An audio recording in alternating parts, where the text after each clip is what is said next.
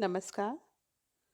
कथा भारती पुस्तक में संकलित आचार्य चतुरसेन शास्त्री द्वारा लिखित प्रसिद्ध कहानी दुखवा मैं कासे कहूँ मोरी सजनी पर आज हम विस्तृत रूप से चर्चा करेंगे। बच्चों, चतुरसेन शास्त्री हिंदी कथा साहित्य में एक ऐसे लेखक के रूप में उभरे जिन्होंने जयशंकर प्रसाद द्वारा स्थापित कहानी की परंपरा को आगे बढ़ाया। मुंशी प्रेमचंद की यथार्थवादी परंपरा समूची आधुनिक कथा साहित्य को प्रभावित करने में सक्षम रही, किंतु शास्त्री जी का कहानी साहित्य अति यथार्थवादी कहानीकार के रूप में विशेष रूप से जाना जाता है। इनकी कहानियों में प्रेमचंद अथवा किसी दूसरे यथार्थवादी कथाकार जैसी लक्ष्यबद्धता अथवा ये कहें कि लक्ष्योन्मुखता तो दिखाई नहीं देती, किंतु यह अवश्य लगता है कि शास्त्री जी ने अपनी कहानियों के माध्यम से इतिहास की रक्षा करते हुए राजमहलों में चल रहे मनमानेपन और उससे उत्पन्न विकृतियों को उद्घाटित करने में सफलता प्राप्त की है।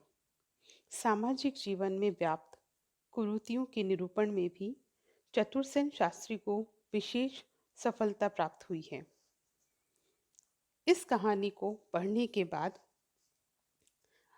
जब हम इस कहानी के कथानक पर दृष्टिपात करते हैं तो हम देखते हैं कि चतुरसेन शास्त्री की कहानी कला वास्तविक रूप से उनकी ऐतिहासिक कहानियों में उभरी है। ऐतिहासिक वातावरण की सृष्टि, विभिन्न घटनाओं का चयन और कुशल संगुफन, पात्रों के निर्माण और समस्याओं के उद्घाटन में उनकी कला बखूबी निखर कर सामने आई है। दुखवा में कासे कहूँ मोरी सजनी कहानी घटना प्रधान होते हुए भी ऐतिहासिकता का संस्पर्श लिए हुए है। शास्त्री जी की कहानियों के कथानकों में घटनाओं का संयोजन कुशलतापूर्वक किया जाता है, जिसका परिणाम यह होता है कि रोचकता और कौतूहल शुरू से लेकर अंत तक बना रहता है। उनकी कहानी में नाटकीय मोड़ देखे जा सकते हैं, जिसका परिणाम यह होता है कि समूची कहानी पाठक वर्ग को झकझोर कर रख देती है। अगर हम इस कहानी के पात्र और चरित्र चित्रण पर बात करें तो प्रस्तुत कहानी में मुख्यतः तीन ही पात्र हैं: बादशाह, उनकी बेगम सलीमा और पुरुष वेशधारी दासी। निसंदेह ये पात्र समाज के मध्य और निम्न मध्य वर्ग से नहीं आए हैं। समाज के संभ्रांत वर्ग के ये तीनों प्रतिनिधि कहानीकार के काल्पनिक लोक की निर्मितियां हैं। कहानीकार ने इन पात्रों का चरित्र चित्रण अत्यंत सजीव रूप में ही किया है। स्वयं घटनाएं ही पात्रों के चरित्रों को सूक्ष्म से सूक्ष्मतर रेखाओं को उभार देने में समर्थ है।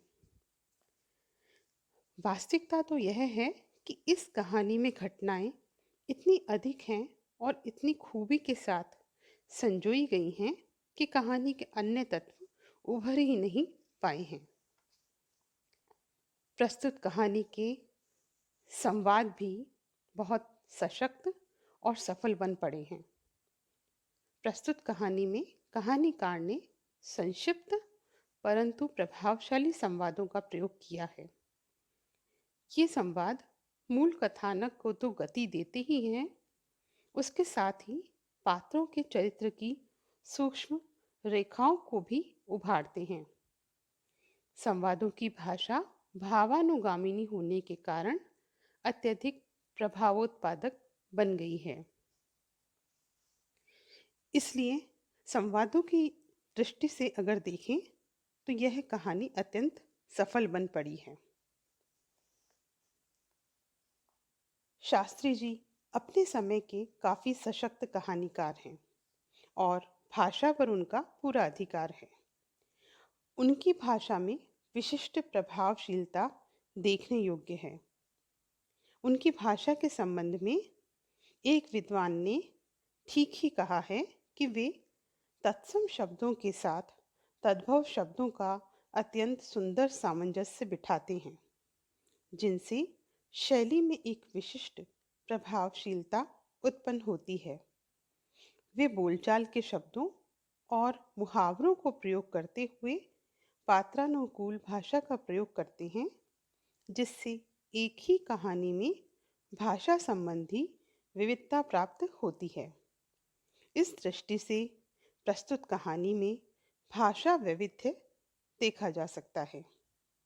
कहीं तो नितांत तत्सम शब्दों की भरमार है, तो कहीं पात्रानुकूल सरल मुहावरेदार भाषा का सौंदर्य भी देखा जा सकता है।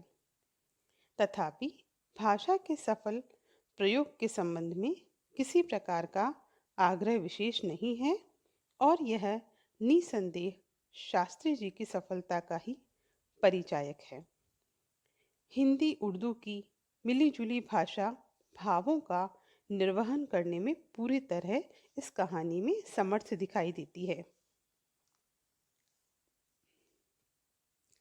शास्त्री जी की कहानियाँ सामाजिक यथार्थ को आधार बनाकर नहीं लिखी गई हैं। उनके सामने लोक कल्याण जैसा कोई महान उद्देश्य नहीं था।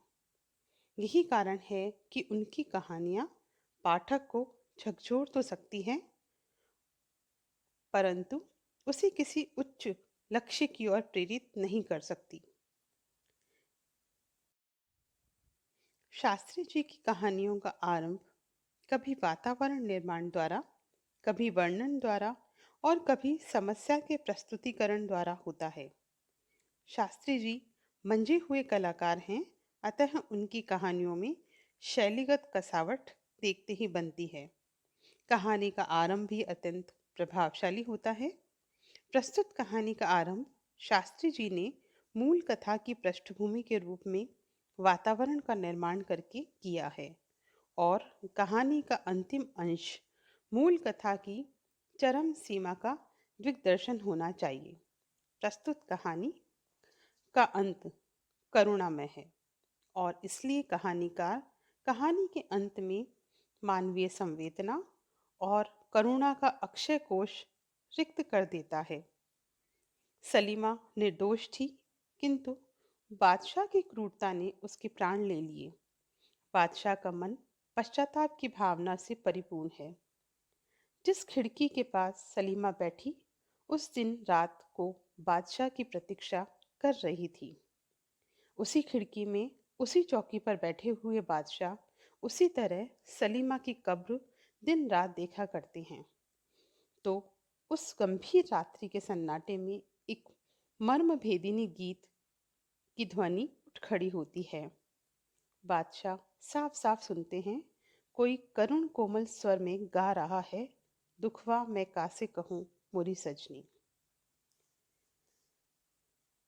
अगर हम कहानी के शीर्षक पर बात करें, तो किसी भी कहानी का नामकरण मुख्यतः 3 प्रकार से किया जाता है।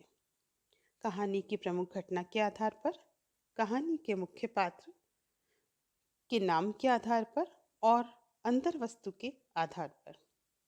शीर्षक की एक विशेषता यह भी होती है कि वह संक्षिप्त और मूल कथा से संबद्ध होना चाहिए, परंतु सांकेतिकता भी होनी चाहिए।